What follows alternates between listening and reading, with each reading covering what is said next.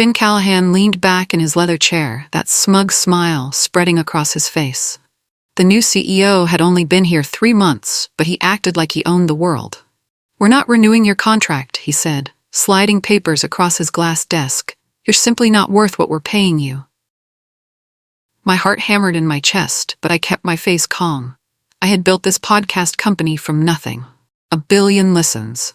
Millions in advertiser revenue, all because of the growth strategies I created. Late nights, weekend campaigns, turning struggling shows into chart toppers. But Finn didn't care about that. He saw an expensive consultant he could cut to impress the board with his cost-cutting skills. The irony burned. He'd waltzed in from some tech startup that had failed spectacularly, yet somehow convinced the investors he was their savior. Meanwhile, I'd been here from day one, watching download numbers climb from hundreds to millions. I picked up the pen and signed the termination papers without a word. My hand stayed steady, even though my mind was racing. Finn watched me with those cold gray eyes, probably expecting me to beg or argue. Instead, I folded the papers neatly and stood up. "Thank you for the opportunity," I said quietly. I gathered my things and walked out of his office. Behind me, I heard him chuckle to someone on the phone. "Problem solved," he said. If only he knew what problem he had just created for himself. I packed my desk in silence while my coworkers watched. Some looked confused. Others seemed angry. My assistant Claire kept shaking her head. "This is crazy," she whispered. "You built this whole place." I just smiled and kept packing. My laptop, my coffee mug, the small plant I'd kept alive for 2 years. Everything fit in one cardboard box. 2 years of building an empire, reduced to a box of personal items. The office felt different now. Conversations stopped when I walked by. People avoided eye contact, probably worried they'd be next on Finn's chopping block. The energy that had once buzzed through these halls was already starting to fade. Without someone to guide the growth strategies, I wondered how long it would take for everything to unravel. What nobody knew was that my contract had 2 months left. Finn had terminated me early, and buried deep in page 17 of my contract was a clause I'd insisted on when I first signed. Back then, the company was worth almost nothing. They'd agreed to anything to get me on board. That night, I sat at my kitchen table with a glass of wine and pulled up the PDF on my laptop. There it was, clear as day. Upon early termination by the company, consultant shall receive 40% equity in the business. I read it 3 times, then leaned back and smiled. Finn thought he was so smart. He had no idea he'd just made me a millionaire. The next morning felt strange. For 2 years, I'd woken up thinking about podcast growth metrics, advertiser calls, and strategy meetings. Now I sat in my quiet apartment, watching the city wake up below my window. My phone buzzed constantly. Text messages from the team. "Are you okay? This is insane." Finn's lost his mind. I replied to each one politely, never hinting at what I knew. Let them think I was just another victim of corporate downsizing. The coffee tasted different that morning. Better, somehow. Like I was finally breathing clean air after being stuck in a stuffy room. I realized how much stress I'd been carrying. The constant pressure to perform, to prove my worth, to justify my existence to people who didn't understand what I did. But inside, I felt something I hadn't felt in months. Freedom. For 2 years, I'd poured my soul into building someone else's company. I'd worked weekends, missed dinners with friends, and sacrificed my personal life. Also, Finn could waltz in and take credit for my work. Well, not anymore. I made myself breakfast and started making a list. First, I needed to call my lawyer. Then I needed to think about my next move. Because if Finn thought he could erase me from the company I built, he was about to learn a very expensive lesson. The morning sun streamed through my windows, and for the first time in months, I felt truly awake. I called my lawyer, Carmen Wells, at 9 sharp. She'd helped me review my original contract 2 years ago. Smart woman, always thinking 3 steps ahead. "Carmen, it's me. Finn terminated my contract early. I need you to look at clause 15 again." There was silence on the other end, then the sound of papers shuffling. "Oh my," she said finally. "Does he realize what he's done?" "I don't think so. He seemed pretty pleased with himself." Carmen laughed. 40% of a company worth millions. That's quite a severance package. We spent an hour going over the details. The clause was ironclad. No loopholes, no escape routes. I'd written it myself, and their lawyers had signed off on it. I remembered insisting on that clause during the original negotiations. The company had been desperate for my expertise, and I'd learned from previous consulting disasters. Always protect yourself, because companies will try to squeeze you out the moment it's convenient. I'll draft the notification letter today, Carmen said. How do you want to handle this? By the book. Professional. Let the contract speak for itself. By afternoon, a courier was walking into Finn's office with an envelope that would change everything. I imagined his face when he opened it. The confusion, then the panic, then the anger. He'd called me worthless. Soon he'd discover exactly how much this worthless consultant was going to cost him. 2 days later, my phone rang. Finn's name flashed on the screen. I let it ring twice before answering. This clause is ridiculous, he spat without even saying hello. It can't possibly hold up in court. I stayed calm. Hello, Finn. You're welcome to challenge it, but Carmen reviewed everything. It's binding and enforceable. You're trying to steal my company. I'm not stealing anything. You terminated my contract early. I'm simply claiming what that contract entitles me to. The silence stretched for long seconds. I could hear him breathing heavily. I pictured him in his office, probably pacing behind that glass desk, his face red with anger and embarrassment. The golden boy CEO who'd thought he could steamroll anyone in his path. This is blackmail, he said finally. This is business. You made a decision without reading the fine print. That's on you. Finally, he said, this isn't over. Actually, it is. The paperwork's already filed. You'll hear from the board soon. I hung up and poured myself another glass of wine.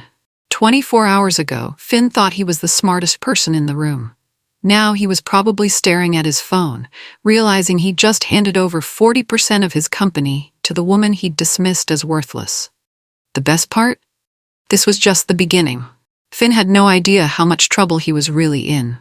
The office turned into a rumor mill overnight. Claire texted me updates throughout the day. Everyone's talking, she wrote. Some say you're suing. Others say you own part of the company now. I didn't confirm or deny anything. Let them wonder. Let Finn sweat. The uncertainty would drive him crazy, and that was exactly what I wanted. By lunch, 3 different people had called asking if the rumors were true. I gave them all the same answer. I can't discuss legal matters right now. The speculation was becoming wild. Some people thought I was planning a hostile takeover. Others believed I was secretly funded by a competitor. The truth was simpler and more devastating than any of their theories. Meanwhile, I spent the day researching. If I was about to become a major shareholder, I needed to understand exactly what I was inheriting. The company's financial reports were public. I studied every number, every trend, every weakness. What I found didn't surprise me. Revenue had grown steadily for 2 years. The podcasts I'd helped scale were bringing in millions. Advertiser contracts were rock solid. But there were cracks. Some of the newer strategies weren't working. Growth was starting to slow. Finn probably blamed the market, but I knew better. He was trying to run a machine he didn't understand using strategies he hadn't built. This was going to be interesting. The quarterly investor report came out the next week. I read it twice, taking notes. The numbers told the whole story. 10 podcasts with over 1 billion total listens. Advertiser contracts worth $30 million. Revenue up 400% since I'd started. But buried in the fine print were warning signs. New podcast launches were failing. Listener engagement was dropping. The growth engine I'd built was starting to sputter without me there to maintain it. I did some quick math. If the company was worth $50 million, my 40% stake was worth $20 million. Not bad for 2 days' work. The report tried to spin the declining metrics as market adjustments and seasonal fluctuations. Classic corporate speak for, we have no idea what's happening. I'd seen this pattern before in other companies. When you remove the person who built the system starts to break down. My phone rang. Carmen again? The board wants to meet with you, tomorrow at 2. All of them? Yes, Finn will be there too. This should be fun. I hung up and looked at myself in the bathroom mirror. Tomorrow, I'd walk into a room full of people who dismissed me as an expensive contractor. Now I was their largest individual shareholder. Finn thought he was so clever, cutting costs by getting rid of me. Instead, he'd just made me his partner. The boardroom was exactly as I remembered it. Polished table, uncomfortable chairs, and a view of the city that cost more than most people's houses. 5 board members sat around the table, looking serious. Finn sat at the head, his jaw clenched tight. "Let's get this over with," he said when I walked in. The lead board member, Jeremy Nippard, gestured to an empty chair. "Please, sit down. We need to discuss this situation." I took my seat and placed my folder on the table. "What situation is that?" "Don't play games," Finn snapped. "This clause you're hiding behind, it's clearly a mistake." Jeremy held up a hand. "Actually, our lawyers have reviewed it. The clause is valid." He turned to Finn. "What I want to know is why you terminated her contract 2 months early." Finn's face flushed red. "She was expensive. We needed to cut costs." "By creating a $20 million liability?" The room went quiet. I could see the other board members exchanging glances, calculating the implications. They'd trusted Finn to make smart financial decisions. This looked like anything but smart. The room went quiet. I didn't say a word. I just sat there, watching Finn squirm. Finally, Jeremy sighed. "We'll need to discuss this privately. Thank you for coming in." I stood and gathered my things. "I'll be in touch about the next shareholder meeting." The settlement offer came a week later. $10 million to walk away quietly. No equity, no board seat, no further claims. I read the email twice, then deleted it. Carmen called an hour later. "They're serious about this offer. It's a lot of money. It's half of what I'm owed. And I didn't build this company to get bought out by the person who fired me." "So you're saying no?" "I'm saying equity is equity. If Finn wanted me gone, he should have waited 2 months." The truth was, I didn't need the money. I'd saved well, and I had other plans brewing. But this wasn't about money anymore. This was about principle. Finn had tried to erase me, to act like my work didn't matter. The offer revealed their desperation. $10 million was serious money, enough to tempt most people into disappearing quietly. But they didn't understand what drove me. It wasn't greed or revenge. It was the simple belief that my work had value, and that value shouldn't be dismissed by someone who'd never built anything himself. Now he'd have to live with the consequences. I opened my laptop and started working on a business plan. If Finn thought firing me was expensive, wait until he saw what happened when I became his competition. While Finn scrambled to contain the legal mess he'd created, I started sketching out my future. A podcast growth agency. I knew every trick, every strategy, every secret that made podcasts successful. And unlike my old job, this time it would all be mine. I made a list of potential clients. Podcasters who needed help growing their audience. Businesses wanting to start their own shows. Advertising agencies looking for growth partners. The market was huge and growing every day. The best part? I knew exactly where the current company's weaknesses were. I'd seen which strategies weren't working, which clients were unhappy, which opportunities they were missing. I wouldn't be competing with them. I'd be running circles around them. The business plan practically wrote itself. I had 2 years of proven results, a network of industry contacts, and intimate knowledge of what worked and what didn't. Most importantly, I had something Finn would never have. Genuine expertise built through experience. That evening, I called an old contact. Tucker Reed ran a mid-sized podcast network that I'd helped scale 2 years ago. We'd stayed in touch, and I knew he was always looking for good talent. "I heard you left the company," he said. "Finn's loss." "Actually, I'm starting my own agency. Interested in being my first client?" The pause was brief. "When can we start?" Tucker Reed's office was smaller than Finn's, but it felt more real. No glass walls or expensive art. Just a man who'd built his business from the ground up and understood the value of good people. "I've been waiting for someone like you to go independent," he said, pouring coffee from a thermos. "That company of yours, Finn's got no idea what he's doing." We spent 2 hours going over Tucker's challenges. His network had plateaued at 50 million monthly listens. Good numbers, but he wanted to double them within a year. I showed him my growth framework. The same strategies I'd used to scale Finn's company, but refined and improved. Tucker's eyes lit up as I walked through the plan. "How much?" he asked. I named my price. It was more than I'd made in a month at my old job. Tucker didn't hesitate. "When can you start?" We shook hands, and just like that, I had my first client. My phone buzzed as I left his office. A text from Carmen. Board meeting moved to Friday. Finn's panicking. I smiled and kept walking. Let him panic. I had work to do. Word travels fast in the podcast industry. By the end of the week, 3 more potential clients had reached out. The story was simple. The woman who'd built the billion-listen empire had gone independent. Some people called to gossip. Others wanted to know if the rumors about my equity stake were true, but the smart ones called to hire me. Meanwhile, Claire kept sending updates from inside the company. Finn's been in meetings all day, she texted. People are asking questions about the numbers. The latest metrics weren't good. Without me there to optimize campaigns and fix problems, growth had stalled. 2 major advertisers had asked for meetings to discuss concerns. One podcast had actually lost subscribers. I felt a twinge of sadness for my old team. They were good people, stuck working for a boss who didn't understand what they were trying to build. But I pushed the feeling aside. I'd offered to help train someone before I left.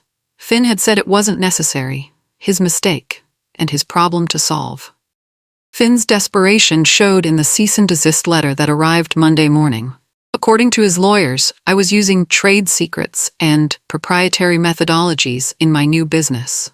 Carmen laughed when I forwarded it to her. These aren't trade secrets. These are marketing strategies you developed before you ever worked for them. She was right. Every framework I used, every growth hack I'd discovered, I'd learned through my own research and testing. I'd brought the knowledge to Finn's company, not the other way around. Want me to respond? Carmen asked. Keep it simple.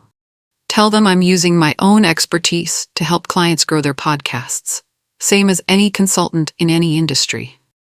The letter was just noise. Finn trying to intimidate me because he couldn't compete with me. But I wasn't intimidated.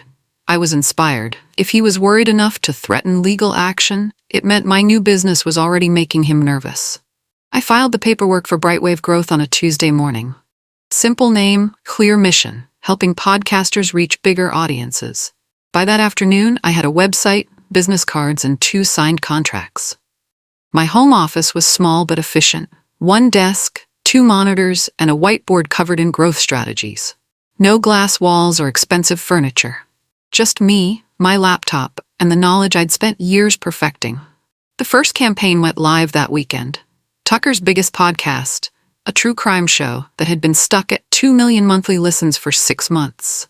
I optimized everything, the episode titles, the show description, the social media strategy, even the timing of releases. Within 2 weeks, listens jumped to 2.8 million. By the end of the month, they hit 3.2 million.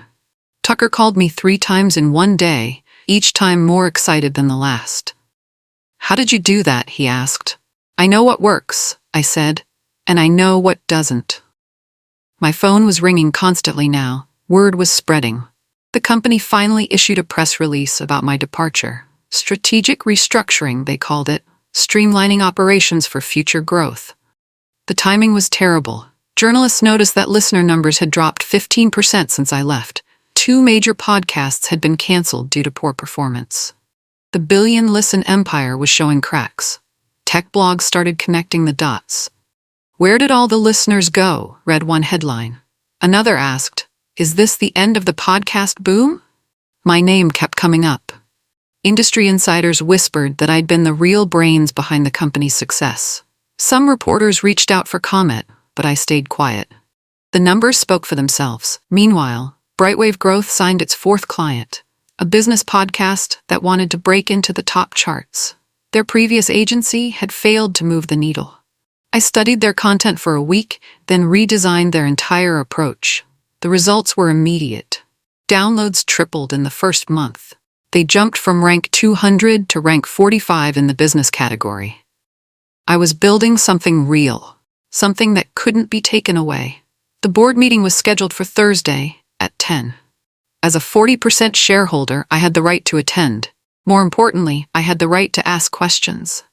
Finn sat at his usual spot at the head of the table, but he looked different, tired, stressed. The confident smirk was gone, replaced by dark circles under his eyes. The financial report was brutal.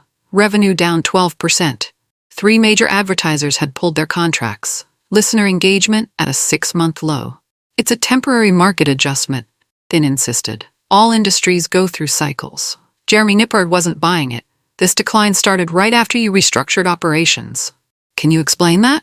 Finn fumbled through his prepared talking points. Market saturation, algorithm changes, increased competition, everything except the obvious truth. He'd fired the person who'd built the growth engine. I sat quietly, taking notes. Every excuse, every deflection, every sign that he was in over his head. The board members kept glancing at me, probably wondering what I was thinking. I was thinking that Finn's problems were just getting started. 2 days after the board meeting, I got a call from the head of investor relations. The annual shareholder meeting was coming up, and as a major stakeholder, my presence was expected. "Will you be attending?" she asked. "Absolutely." I could hear the nervousness in her voice. "Will you be asking questions?" "I'll be representing my interests, same as any shareholder." That evening, Carmen and I prepared. We reviewed the company's financials, identified weak points, and drafted a list of concerns. I wasn't planning to be confrontational, but I wasn't going to sit quietly either. My 40% stake gave me significant influence, more than enough to make Finn's life difficult if I chose to. The meeting was set for the following Thursday. I picked out my best business suit and made sure my questions were sharp and well-researched. Finn had called me worthless. Time to show him what worthless looked like when it owned nearly half his company. Brightwave Growth landed its biggest contract yet. A global podcasting platform wanted help optimizing their entire network. 60 shows, over 100 million monthly listens, and a budget that made my old salary look like pocket change. The platform's VP of content, Amanda Walsh, had heard about my work through industry connections. "Everyone says you're the best at what you do," she said during our video call. "I get results," I replied. "That's all that matters." The contract was worth more than I'd made in 2 years at my old job. But more than the money, it was validation. The industry was noticing. People were taking me seriously. I hired my first employee, a data analyst named Aidan Skipper, who'd worked with me at the old company. He'd quit 2 weeks after I was fired, frustrated with Finn's leadership. "Best decision I ever made," he said on his first day at Brightwave. My home office was getting cramped, so I rented a small space downtown. Nothing fancy, but it was mine. No corporate politics, no ego battles, just good work and happy clients. The platform's results were spectacular. In 3 months, we'd boosted their average show listens by 60%. 5 shows broke into the top 50 in their categories. Advertiser interest spiked and revenue projections doubled. Amanda called me personally to share the news. "I don't know how you did it, but we're seeing numbers we've never hit before." Word spread quickly. My phone rang constantly with new opportunities. Venture capital firms wanted to discuss funding Brightwave's expansion. Podcast networks sought partnerships. Media companies offered acquisition deals. I turned them all down. I'd built one empire for someone else. This time, I was keeping control. Meanwhile, reports filtered back from my old company. 2 more advertisers had canceled contracts. A major podcast had jumped to a competitor. Finn had hired 3 different consultants to fix the growth problem, but none of them understood the fundamentals. Claire texted me updates. "He's panicking, been working weekends, looks stressed." I felt a tiny bit sorry for him, but only a tiny bit. Finn's desperation reached a new level when he signed a deal with Halo Media, a company known for aggressive tactics and questionable ethics. The contract promised quick audience growth, but the methods were risky. Aidan, who still had friends at the old company, brought me the news. "Fake download farms," he said. "Bot networks. Classic black hat stuff." I raised an eyebrow. "That's gonna backfire." It took 2 weeks. The platforms detected the artificial traffic and flagged multiple shows for suspicious activity.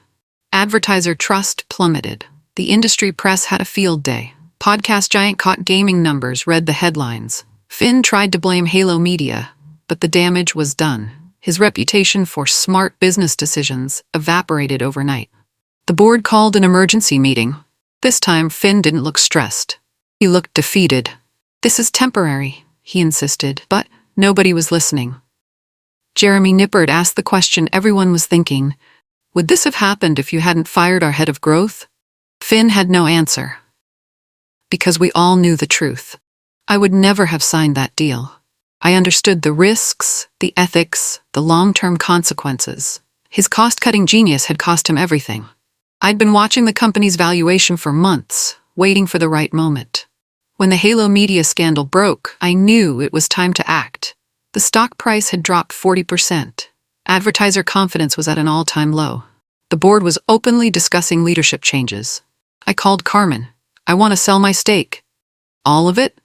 Every share. Market rate, clean exit. It took 2 weeks to arrange, but I found buyers. Institutional investors who believed the company could recover under new leadership. They paid $45 million for my 40% stake. Not bad for a worthless consultant. The sale made industry news. Former employee cashes out after company meltdown ran in several trade publications. The irony wasn't lost on anyone. I deposited the check and immediately reinvested half the money into Brightwave growth. Real office space, more employees, better technology. I was building something that could last. Finn probably read the news and realized he just paid me $45 million to go away. 3 weeks after I sold my stake, the inevitable happened. Listener numbers crashed. Major podcasts lost half their audience. Advertiser contracts were canceled left and right. The Halo Media fallout was worse than anyone expected. Platforms had suspended several shows pending investigation. Trust took years to build and seconds to destroy. Finn tried everything. New marketing campaigns, rebranding efforts, public apologies. Nothing worked. The damage was too deep. Then came the desperate email I'd been expecting. We need to talk. Can you consult, even part-time? Name your price. I read it twice, smiled, and archived it without responding. The man who'd called me not worth it was now begging for help. The same expertise he dismissed as overpriced was suddenly invaluable. But I was done building empires for other people. I had my own kingdom to run. Brightwave growth was booming. 12 employees, 30 clients, and a waiting list of companies wanting our services. We were the success story everyone was talking about. The podcast industry is small, everyone knows everyone, and news travels fast. Within 6 months, Brightwave Growth became the agency everyone wanted to work with. We'd helped 15 shows break into the top 100. Our clients averaged 300% growth in their first year. Major platforms started offering us exclusive partnerships. I hired a full team: analysts, strategists, account managers, and creative directors. Smart people who understood that sustainable growth took time and expertise. My office overlooked the same city where Finn's company was crumbling. Every morning I'd look out at the skyline and remember that conference room where he dismissed me as worthless. Now I was building something bigger than he'd ever imagined. The business press started calling me a growth genius and an industry disruptor. Podcasting conferences invited me to speak. Universities asked me to guest lecture. I accepted a few invitations, not for the attention, but to share what I'd learned. Real growth came from understanding your audience, creating genuine value and building trust over time. Everything Finn had never understood. 6 months after I sold my stake, the inevitable news broke. Finn's company was being sold for parts. The buyer was paying just $12 million for assets that had once been worth $60 million. From billion listens to bust, read the headline in TechCrunch. The article detailed how poor leadership and ethical lapses had destroyed one of podcasting's biggest success stories.